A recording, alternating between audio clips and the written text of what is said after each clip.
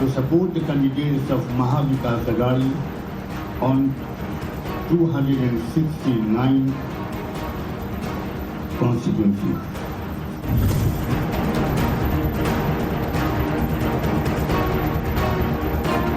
कुछ दिन पहले कांग्रेस पार्टी के अध्यक्ष को ये सारे उलेमा मिले और कहा मुसलमानों को आरक्षण देना चाहिए।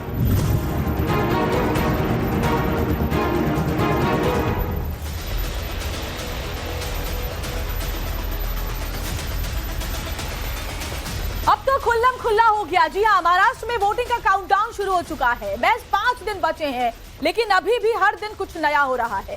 हर दिन पॉलिटिकल चैप्टर में नए फैक्टर्स जुड़ते जा रहे हैं और इसी बीच अब महाराष्ट्र के महायुद्ध में मौलाना फिर से एक्टिव हो गए हैं। मौलानाओं ने सीधे तौर पर एम फैक्टर को सबसे अहम बनाने की कवायद शुरू कर दी है और कुल मिलाकर हम ये कह सकते हैं कि महाराष्ट्र में अब सब कुछ खुल्लम खुल्ला हो चुका है।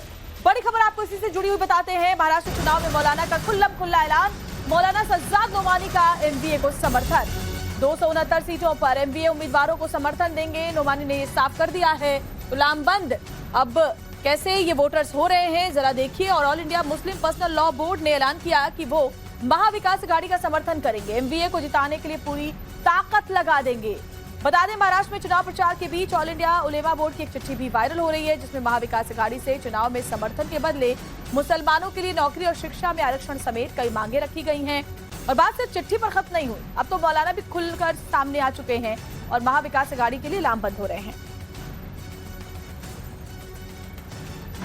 In the best interest of our country, better future, and most importantly, to safeguard the constitution of our country, we are hereby suggesting the list of candidates we shall be supporting in upcoming Vidhan Sabha elections 2024.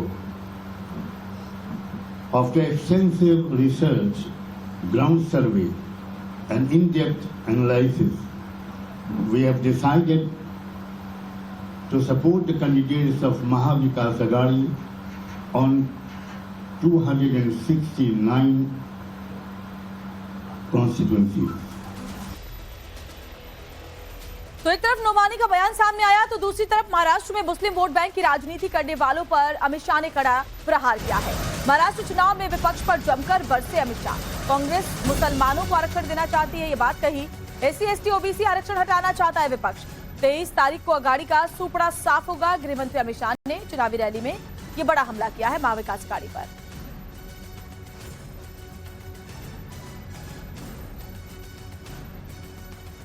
कुछ दिन पहले Congress party के अध्यक्ष को ये सारे उलेमा मिले और कहा मुसलमानों को आरक्षण देना चाहिए। भाइयों बहनों, अगर मुसलमानों को आरक्षण देना है तो एससी एसटी और ओबीसी का आरक्षण काट कर देना पड़ेगा।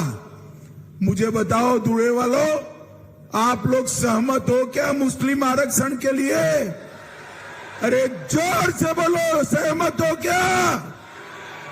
राहुल बाबा, मैं आज दूरे से कहकर जाता हूं, कान खोल कर सुन लो, आपकी चौथी पीढ़ी आएगी तो भी मुस्लिम आरक्षण नहीं। मैं कोंकण भी गया, विदर्भ की भी गया, मैं मुंबई भी गया, सब जगह घूम कर आया हूं। मराठावाड़ा भी जाकर आया। ये चुनाव का परिणाम क्या आने वाला है जानना है क्या? जरा जोर से बोलो, जानना है? देखो 40 गांव वालों, 23 तारीख को अघाड़ी का सुपड़ा साफ होने वाला है।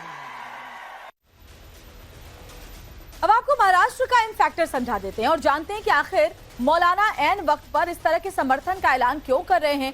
तो जरा समझिए आप, जरा आंकड़ों के हिसाब से राज्य में 1 करोड़ 30 लाख मुस्लिम वोटर्स हैं, जिनका बहुत बड़ा इंपैक्ट पड़ता है नतीजों पर।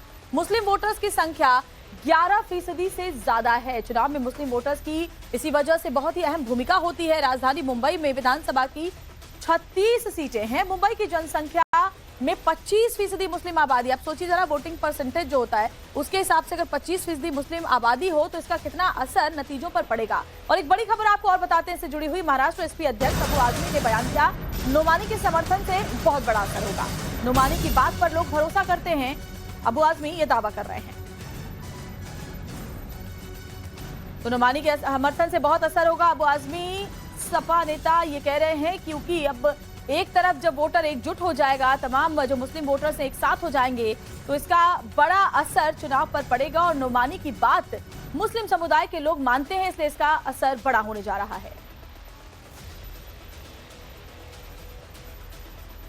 अबू आजमी हमारे साथ जुड़े हुए हैं। अबू सर लगातार प्रचार कर रहे हैं माइनॉरिटीज को लेकर। एक और अच्छी खबर ये भी है कि खुद मौलाना नोमानी कह रहे हैं कि हम एमवीए का सपोर्ट करेंगे, आपका सपोर्ट करेंगे।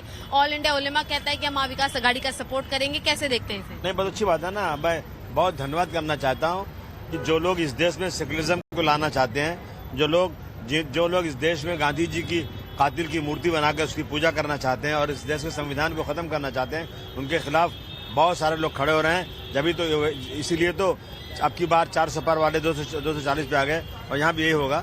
मैं समझता हूँ, मैं निवेदन करूंगा तमाम देश के लोग जो इस देश को चाहते हैं, जो इस देश के संविधान को मानते हैं, सब इकट्ठा हो जाओ और महाविकास आघाड़ी के बैनर तले आ जाओ और उसी को वोट दो। आपको क्या लगता है सर, मौलाना नोमानी के इस बयान के बाद कितना परसेंटेज में मुनाफा होगा? बहुत मुनाफा होगा। वो लोग साधु संतों से ऐलान करवा रहे हैं और अगर मौलाना साहब हिंदू मुस्लिम को सबको लेकर साथ में काम कर रहे हैं तो जरूर सेकुलर वोट इकट्ठा हो सकता है। इधर सज्जाद नोमानी के समर्थन पर बीजेपी ने भी बयान दिया है। बीजेपी उम्मीदवार राहुल नार्वेकर का बयान कि समर्थन का कोई फर्क नहीं पड़ेगा, बीजेपी और महायुति पर इसका कोई असर नहीं पड़ेगा, ये दावा कर रहे हैं राहुल नार्वेकर। उनका कहना है कि सज्जाद नोमानी भले ही कितनी कोशिशें कर लें, समर्थन की बात कहें, लेकिन इसका असर हम पर नहीं पड़ने जा रहा है।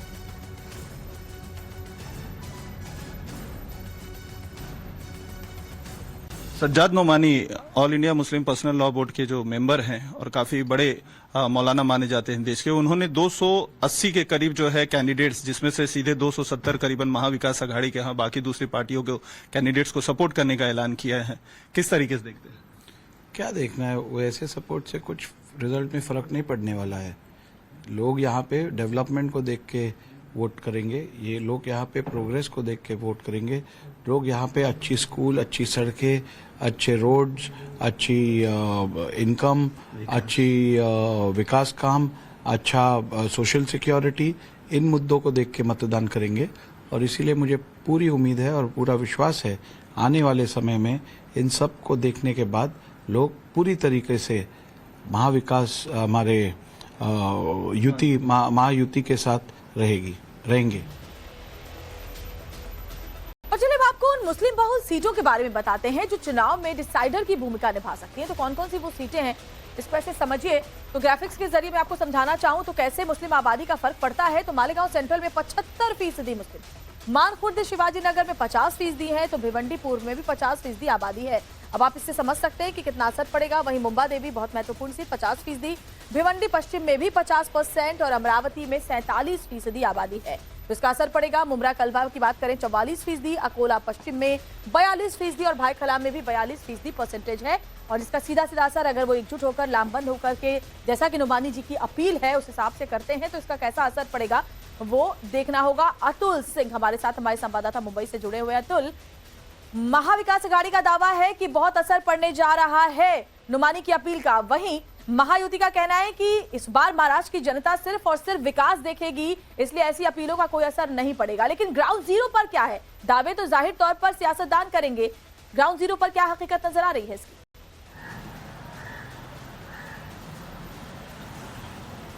जी देखिए, दावे जैसा कि आपने कहा दोनों तरफ से अपने अपने दावे किए जा रहे हैं। खास तौर पर महाविकास आघाड़ी इस तरीके की अपील इसलिए भी करवा रही है क्योंकि जिस तरीके का परिणाम लोकसभा चुनाव में महाविकास आघाड़ी के लिए आया था, कई सारे ऐसे रिपोर्ट्स भी आए थे कि जितने भी मुस्लिम बहुल सीटें हैं मुंबई में हो या महाराष्ट्र में हो, वहां पर एकजुट होकर मुसलमानों ने वोट किया था, जिसका बहुत बड़ा फायदा महाविकास आघाड़ी को मिला था और इसी चीज को वो कंटिन्यू करना चाह रहे थे। यही वजह है कि जितने भी महाविकास आघाड़ी के उच्च नेता हैं, बड़े नेता हैं, वो सामने से आकर जो है मुस्लिम वोटरों को एकजुट होने की बात नहीं कर रहे, लेकिन बैकडोर से कहीं ना कहीं मुस्लिम संगठनों के जरिए और जो मुस्लिम मौलाना हैं या मुफ्ती हैं उनके जरिए इस तरीके की अपील करवा के समर्थन देने की बात कर रहे हैं। तो वहीं पर अब बीजेपी हो चाहे महायुति की बात की जाए तो फ्रंट फुट पर आकर अब जो है हिंदू वोटों को पोलराइज करने के लिए, एकजुट करने के लिए कोशिश कर रहे हैं। चाहे बटेंगे तो कटेंगे का नारा हो, चाहे एक है तो सेफ है का नारा प्रधानमंत्री का हो, इस तरीके के नारे देकर जो है मुस्लिम आरक्षण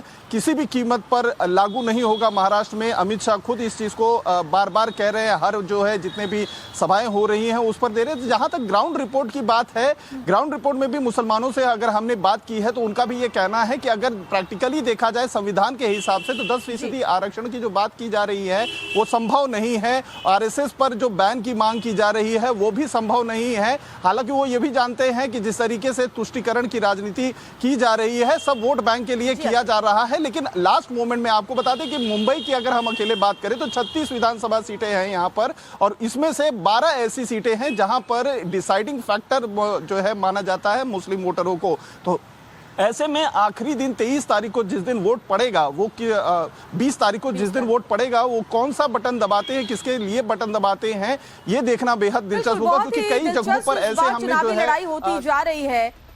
अतुल, आगे भी आपसे बात करेंगे, जानकारी हासिल करेंगे। फिलहाल बहुत बहुत शुक्रिया आपका। और आगे